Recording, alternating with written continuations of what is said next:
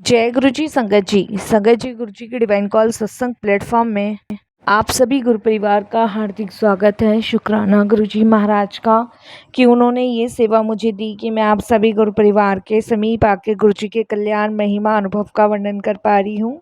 अनंतम शुक्राना मेरे गुरु जी महाराज का। संगत जी वो कहते हैं ना कि जब तक गुरु जी की कृपा ना हो, जब तक गुरु जी की आज्ञा ना हो, तब तक हम ये सेवा नहीं कर पाएंगे। तो मैं अपने आप को बड़ी भाग्यशाली समझती हूँ कि गुरुजी ने मुझे ये सेवा दी है कि मैं शुक्राना सत्संग सभी के शेयर कर पा रही हूँ।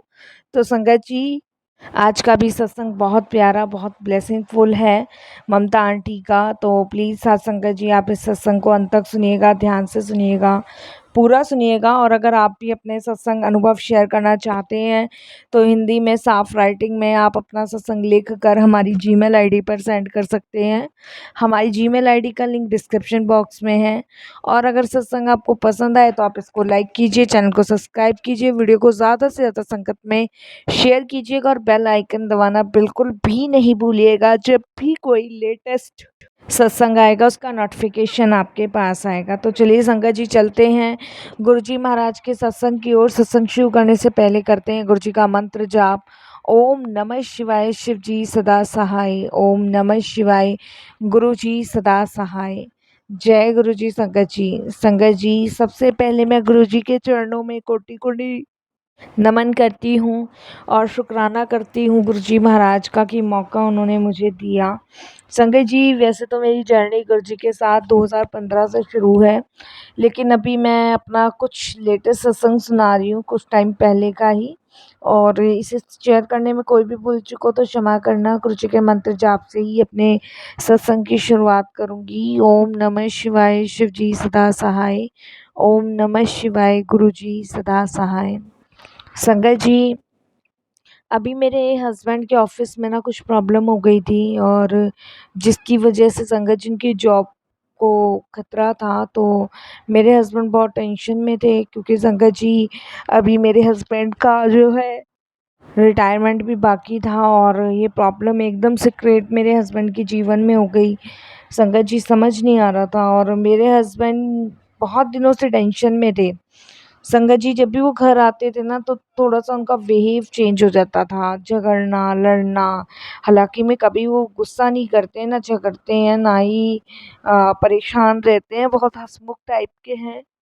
लेकिन पता नहीं कुछ टाइम से उनके साथ ऐसा क्यों हो रहा था, हम भी इस चीज़ को समझ नहीं पा रहे थे। तो मेरी बेटी मुझे कह रही थी कि मम्मी गुरुजी से आप प्रार्थना करो। मैं भी करती हूँ कि पापा को आखिर ऐसा क्या हुआ है?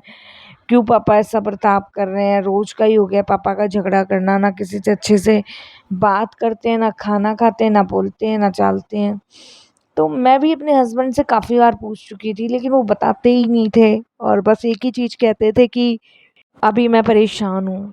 तो मैं उनको यही कहती थी, मैंने कहा आपने बड़े मंदिर जाना छोड़ दिया है, आप पूजा नहीं कर रहे हो इतने दिन से और आपका किसी चीज़ में मन भी नहीं लग रहा है। और मैंने उन्हें कहा अगर आप परेशान हो तो आप बताओ, शेयर करोगे जब भी कुछ हल निकलेगा या फिर आप गुरुजी से प्रार्थना करो। और इतने टाइम में ऐसी कौन-सी बात हो गई किस चीज़ को लेके आप परेशान हो जो कि आप हमसे नहीं बता सकते, ऑफ़िस में कोई दिक्कत है? तो मेरे हस्बैंड कहने लगे जो भी परेशानी है मैं खुद ही हल कर लूँगा। और संगत जी मेरे हस्बैंड बहुत टेंशन में थे जॉब को लेके, क्योंकि संगत जी रिटायरमेंट में भी अभी टाइम था और नौकरी चली जाती तो समझ ही सकते हैं कि इंसान फिर दोबारा उस लेवल पे नहीं पहुंच सकता जिस लेवल पे मेरे हस्बैंड पहुंचे थे।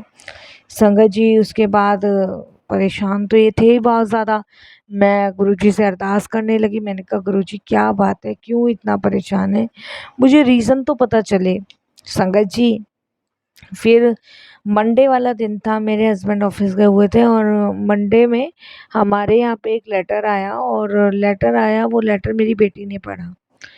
तो मेरी बेटी ने जब लेटर पढ़ा तो वो एकदम से चिल्लाती हुई मेरे पास आती है, कहती मम्मा मम्मा पापा पे जो है ना कुछ एलिगेशंस लगे हुए हैं ऑफिस की तरफ से और उसका नोटिस भेजा गया है। मैंने कहा एलिगेशंस लगे किस चीज़ के? तब मेरी बेटी ने बताया कि पापा के ऊपर कुछ एलिगेशन लगे हैं कि उन्होंने मतलब ऑफिस के पैसों में कुछ हेरा फेरी की है। संगत जी, ये तो समझ से बाहर था कि ऐसा तो पॉसिबल ही नहीं है मेरे हस्बैंड ऐसे कोई हेरा-फेरी करें। इतना टाइम उन्हें गवर्नमेंट जॉब करते हुए हो गया और वो स गवर्नमेंट के साथ ऐसा तो कुछ नहीं कर सकते। लेकिन फिर भी मेरे को भी टेंशन हो गई। मैंने कहा, ये कैसे पॉसिबल है? क्योंकि संगत जी, इस नोटिस में साफ-साफ लिखा था कि आपको 5.5 लाख का अमाउंट जो है, वो वापस करना होगा जल्द से जल्द, वरना हम आपके पास जो है लीगल नोटिस भेज देंगे। मैं टेंशन में संगत जी, मैंने अपने हस्बैंड को फ़ोन किया, मेरे हस्बैंड तो खैर थे ही परेशान। फिर संगत जी, शाम के समय जब मेरे हस्बैंड आए तो बहुत डिस्टर्ब थे। तब मैंने अपने हस्बैंड को बोला कि आज एक नोटिस आया था। तो मेरे हस्बैंड बोले, तुम लोगों ने पढ़ा तो नहीं? संगत जी, मेरी बेटी बोली कि पापा मैंने पढ़ लिया। तो थोड़ा सा गुस्सा करे और फिर मैंने अपने हस्बैंड से बोला कि आपने क्या सच में ये वाली जो पैसों का लेन देन है उसमें कुछ गड़बड़ घपला?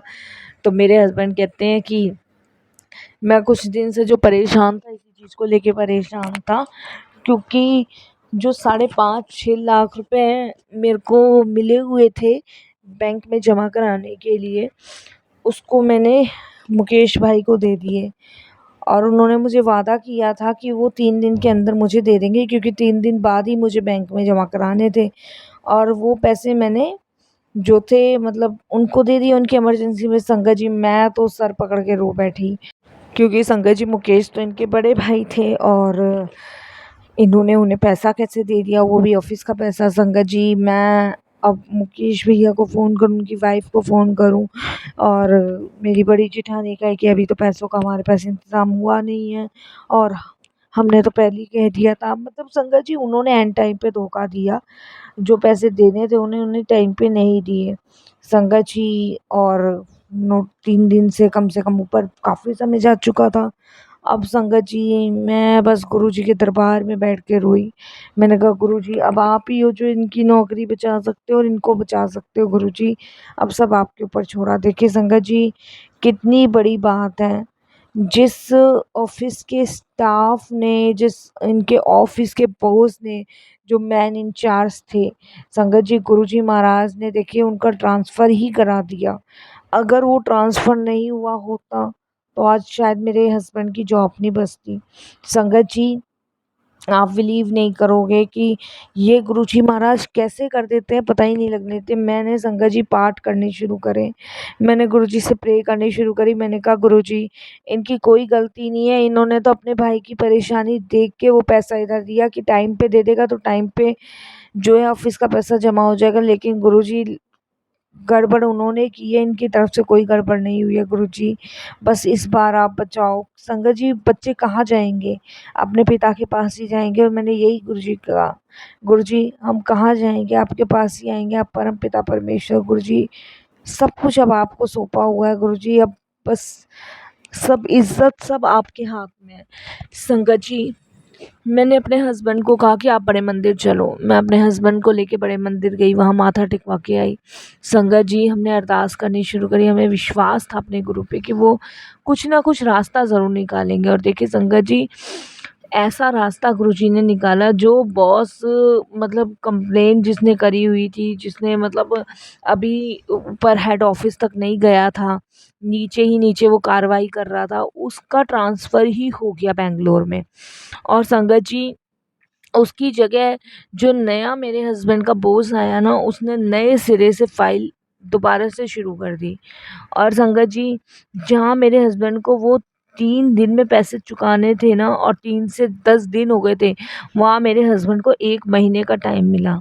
अब संगत जी, 1 महीने में हमें कैसे ना कैसे के करके 5.5 लाख रुपए के आसपास, ये मुझे पता नहीं है 5.5 था कि 6 था, इतना पैसा जमा कराना था संगत जी।